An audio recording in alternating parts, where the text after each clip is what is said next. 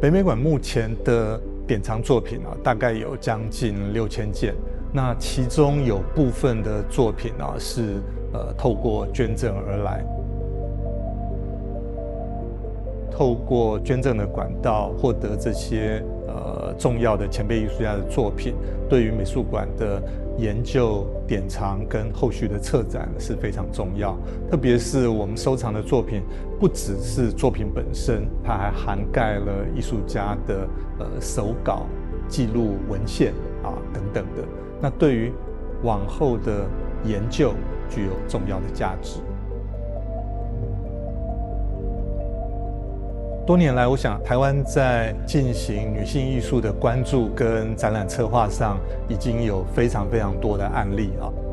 但是现在我们再次的去做女性艺术方面的展览，它的做法跟以前可能会有所不同。它不再是以前刻意的去强调女性这样的一个性别，而是回到女性她在时代里面，她作为一个艺术家的身份，怎么去用艺术回应她自己的生命史观，还有对于历史的一个看法。所以我想飞地这个展览，它其实要呈现的也是这样的一个命题。所以关于女性艺术家长期以来在文化社会领域里面的缺席，我们透过不断的研究跟策展去补助这一块。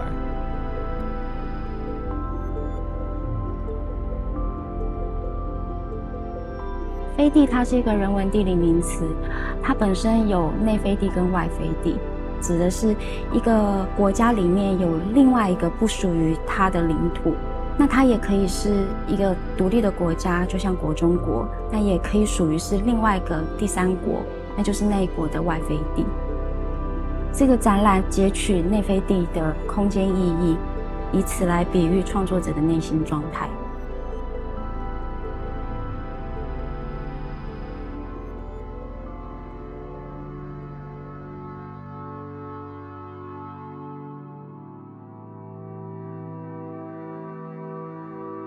如果你要写作，你必须要有钱以及一个自己的房间。自己的房间是伍尔夫他在1928年剑桥大学的2个女子学院做的一篇演讲所集结的散文集。他希望当时的女子可以去争取抽象的生存空间，但是他用很具象的方式去鼓励她们。那其实这个自己的房间来说，就是一个能够独立专注于创作的一个空间，它不尽然会是一个有形的房间。典藏及女性是一开始设定的关键字，目的是想要呈现不同的典藏品的一个角度。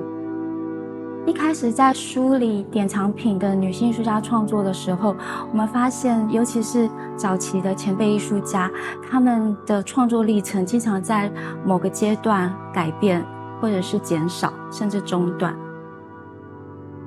再去对照，可能就是他人生上的一些，比如说他身份的转换、空间的碎裂、时间的碎裂，而导致这样子的一个现象。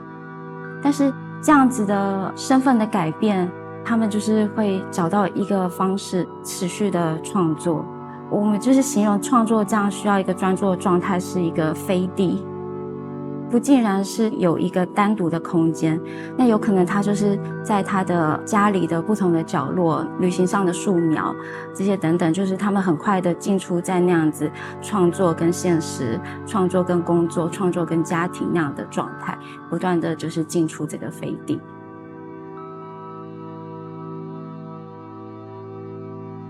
自传体是女性作家很重要的一个书写的体例，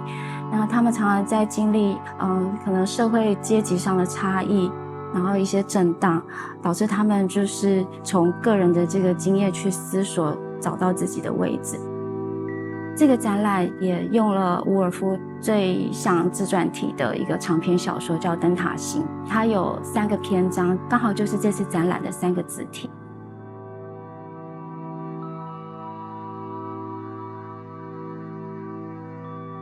窗本身就是你一定要有一个家屋的载体在，窗才会成立。所以对我来说，窗是我们从家里仰望世界的一个起点。那我们也经常可以透过窗观察这个家庭的一个样态。所以窗的这个象征，在这个子题之下，这一区的作品它会比较是跟家、亲人、家乡为线索的作品。李锦绣的素描本里面也有很多心理层次的空间上面的小语，从他的作品里面，我们也是可以很明显的看得出来，他在画家庭那样子的一个忙碌的状态。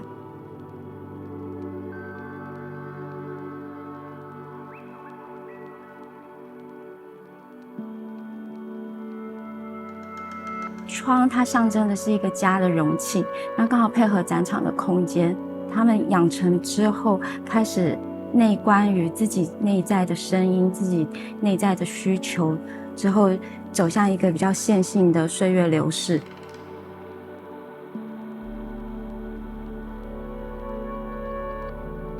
岁月流逝在小说中它是比较直接流的，但是非常快步骤的呈现，它的时间拉得很长，可其实它的节奏很快。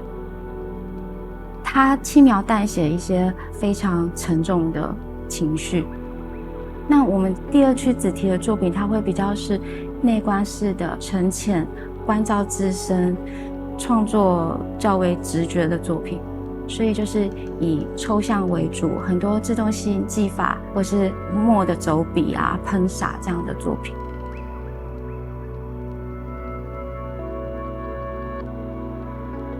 灯塔它本身象征目标、意义跟追寻，所以我们在这一区呈现的作品，它比较属于社会性的关怀型，或者是关切自身环境或者是未来的相关作品。里面我们会看到不同世代的艺术家，他们对于社会的反馈。只要资深艺术家，他可能就是比较大声疾呼的，比较行动的、严肃的。但是年轻艺术家们反观会用一种比较幽默、轻松的视角，去凸显这个社会的一些荒谬以及他们的焦虑。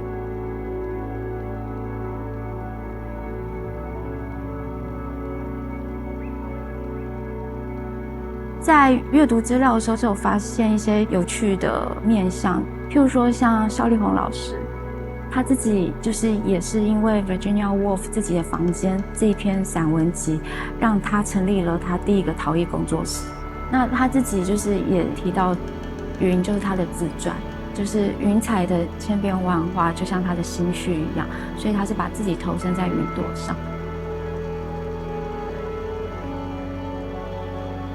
我们在阅读这些手边的艺术家生命故事的时候，觉得他们的人生都非常的精彩。对我来说，就是在阅读的这个过程中，其实我有被深刻的感动。我希望可以把这个感动保留在展览，传递出去。郭雨萍的书房计划，他在很短暂的时间出版了小说《珍藏盒》，然后是有自传体的体力去书写，里面汇聚了这个展览的艺术家生命故事。它不特定指向是哪一位艺术家，但是你在阅读的时候，你可能就可以有很多连接。当你够熟悉那位艺术家，你仿佛就会看到那个艺术家的影子在当中。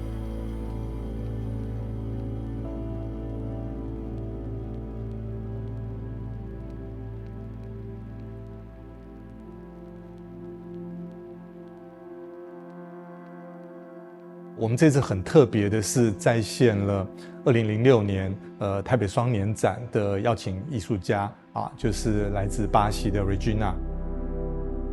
当年他是特别以一个现地制作的方式，用很多的黑色脚印子就是他在北美馆的这个外墙上面。那这一次呢，我们特别联系了艺术家，他也重新的帮我们绘制了这个设计图。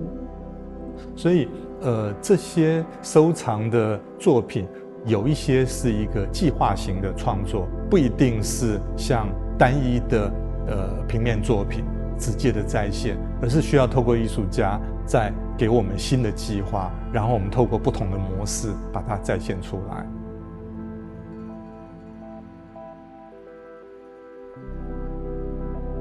那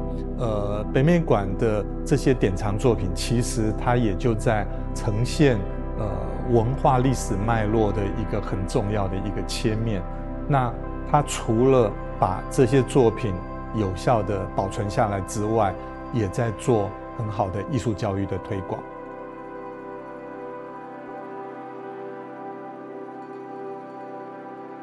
为什么女性作家或是艺术家在成长过程中会极力的想要寻求空间自由与自主？那是因为在这个社会上，的确女性的空间是比较限缩的。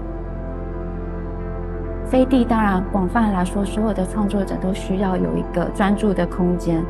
所以当然它没有绝对的性别的限制。虽然她的性别是女性，但是并不希望性别意识变成一个框线，而是希望就是借由这样的视角去看待创作。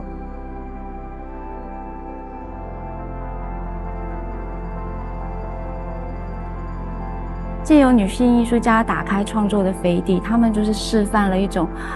自主跟自由的这种美好价值。那这是我们想要呈现的。